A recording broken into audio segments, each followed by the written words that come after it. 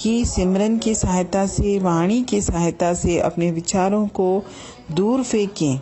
और अगर हम इसमें कामयाब हो जाएंगे तो आप ये सोचो कि हमने तो बिना लड़ाई किए ही युद्ध जीत लिया।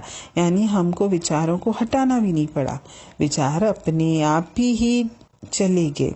जैसे हमको अगर कोई चीज़ प्राप्त करनी होती है तो हमें लड़ाई करनी पड़ती है, युद्ध करना पड़ता है।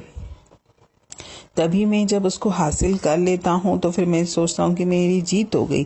तो यहाँ तो हमको कुछ किसी के साथ करना ही नहीं है, बस ये करना है कि जो विचार मेरे माया की दिशा में चल रहे हैं उसकी दिशा बदल कर मेरे अंतर मन के जो संकल्प और विचार टोटल परमात्मा से जुड़ जाएं। यानी आपकी तो जीत ही हो जाएगी, अपने आप हमारी इच्छाएं भी हट जाएंगी और हमें जो नीचे खींचने वाली प्रवृत्तियां, यानी हमारा मन का जो स्वभाव है हमको नीचे गिराना, वो प्रवृत्तियां भी धीरे धीरे निर्बल हो जाएंगी, क्योंकि उनके ऊपर मेरी आत्मा की शक्ति विराजमान हो जाएगी। और आत्मा की शक्ति के नीचे तो मन दब ही जाएगा, मन कुछ कर ही नहीं पाएगा और आत्मा की जीत भी हो जाएगी। और जैसे जैसे हम आत्मा की इस जीत के साथ आगे बढ़ेंगे तो धीरे धीरे हम देखेंगे भी कि हमारे अंदर ऐसी पॉजिटिव एनर्जी आ गई है जिससे मेरा अपने आप ही ध्यान परमात्मा की तरफ एकाग्र होने लगा है। क्योंकि कई लोगों की ये शिकायत होती है कि हम चाहते तो हैं ईश्वर से जुड़ना, चाहते भी हैं सिमरन में बैठना, चाहते भी हैं वाणी सुनना, लेकिन हमारा मन एकाग्र नहीं होता। उधर वाणी चलती रहती है, इधर मेरे विचारों की गति चलती रहती है, इधर मेरी देह सत्संग में बैठी हुई है लेकिन मेरा मन तो कहीं और दौड़ लगा रहा है।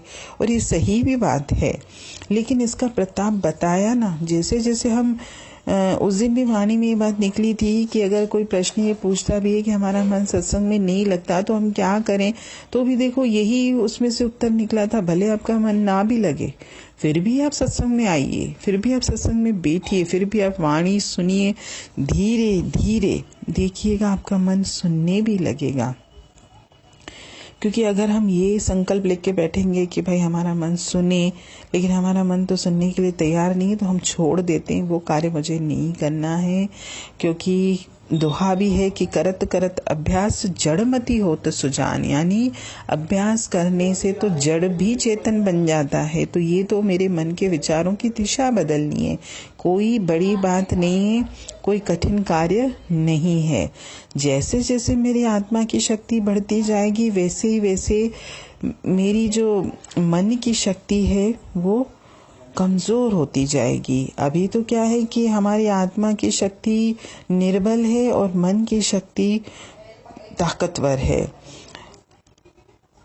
मन में हमारे जो एक के पीछे जो विचार और संकल्प उठ रहे हैं ना, ये एक तरह का मानसिक रोग है, यानी ये दिमागी बीमारी है और ये बीमारी हमको कमज़ोर कर रही है। क्योंकि देखिए जो ज़्यादा सोच विचार करने वाले लोग होते हैं उनके लिए तो कहा भी ये जाता है कि भाई ये व्यक्ति ज़्यादा सोचता है, मुझे तो उसका दिमाग ठीक नहीं लग रहा, यानी उसको डॉक्टर को दिखाओ। और जो व्यक्ति नॉर्मल किसी भी बात को लेता है, आई चली गई, वो देखिए ज़िंदगी भी आसानी से जीता है। लेकिन जो किसी चीज़ को पकड़ के बैठा रहता है, दिन भर उसी की रोलिंग चलाता है, तो कभी आप चेक करिएगा कि उस दिन हमको तो अपने आप में ऐसे लगता है कि हम बीमार से हो गए। और ये बोल भी रहा है, ये एक तरह का रोग है जो हमको अंदर ही अंदर खोखला कर रहा है। और जब एक कमज़ोर अगर हमारी बुद्धि हो जाएगी, कमज़ोर हमारा विवेक हो जाएगा, कमज़ोर हमारी आत्मा की शक्ति हो जाएगी, तो हम इस मार्ग पर आगे कैसे बढ़ेंगे। और विचार और संकल्प भी एक तरह के विकार ही हैं, सिर्फ वो विकार नहीं है जो हम हमेशा बोलते हैं, काम क्रोध लोभ मोह अहंकार। विकार ये भी हैं, क्योंकि ये विकार मुझे गलत दिशा में ले जाते हैं। ये मुझे हर वक्त उन ख्यालों में खोए रहने के कारण मेरी आत्मा की जो शक्ति है वो भी नष्ट हो रही है। क्योंकि कभी कभी हम देखते भी हैं कि हम कोई कार्य नहीं करते, बैठे हुए हैं, हाथ पैर से हमने कोई कार्य नहीं किया, लेकिन मेरे दिमाग में कुछ न कुछ चल ही रहा है। तो 2-4 घंटे के बाद मुझे ऐसा लगता है मुझे बहुत थकान हो रही है, मैं सोना चाहता हूँ, आज तो मैं बहुत थक गया। लेकिन फिर हम चेक करते हैं आज हमने काम तो कुछ नहीं किया था, फिर हम थके कैसे? यानी हम विचारों की वजह से थक गए। यानी विचारों में खोए रहने से हमारी आत्मा भी कमज़ोर हो रही है, और आत्मा जिसकी कमज़ोर होती है उसमें तो अहंकार पहले आता है, क्योंकि शक्ति जिसके अंतर में है परमात्मा की जागृत, वो तो अहंकार कभी करेगा भी नहीं। अहंकार देह को है, और जब मेरे मन की शक्ति बलवान होती तभी तो अहंकार बढ़ता है मेरे अंदर।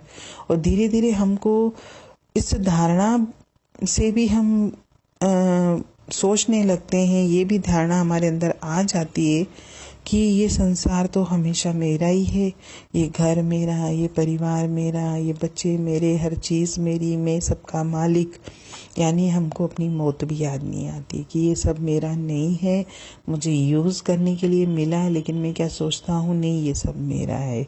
और इसके अलावा जो सबसे बड़ी बात आज प्रत्यक्ष रूप से हमको दिखती है कि हमारे जीवन की जो भी समस्याएं हैं, जो भी तकलीफ़ें हैं, जो भी दुख दर्द हैं, उसके लिए हम हमेशा दूसरे लोगों को, घटनाओं को ही जिम्मेदार ठहराते हैं। कभी भी हम ये नहीं सोचते कि जो चीज़ें मेरे जीवन में घटित हो रही हैं उसका जिम्मेदार मैं खुद हूँ। हमेशा हम परिस्थिति को ही जिम्मेदार ठहराते हैं। आज भी सत्संग में ये बात निकली थी कि भाई कोई सत्संग ना आता है जिस दिन, तो आप ये मत बोलिए कि मुझे ये है, मुझे वो है, या मेरे फैमिली में कोई प्रॉब्लम है, कोई मेहमान आ गया, मेरे शरीर में तकलीफ है, ये मत बोलिए। सीधे वर्ड क्या बोलिए, मेरा मन नहीं था। और राइट यही बात है कि जीवन में अगर कोई बात आती, किसी परिस्थिति में, किसी रिश्ते में, या इस देह में इतनी ताकत ही नहीं है कि मुझे परमात्मा से दूर कर सके, लेकिन अगर मैं होता हूँ तो वो मेरे सिर्फ मन की ही चालाकी है। अब कोशिश हम जीवन में ये करें कि अपने मन के विचारों को थोड़ा सा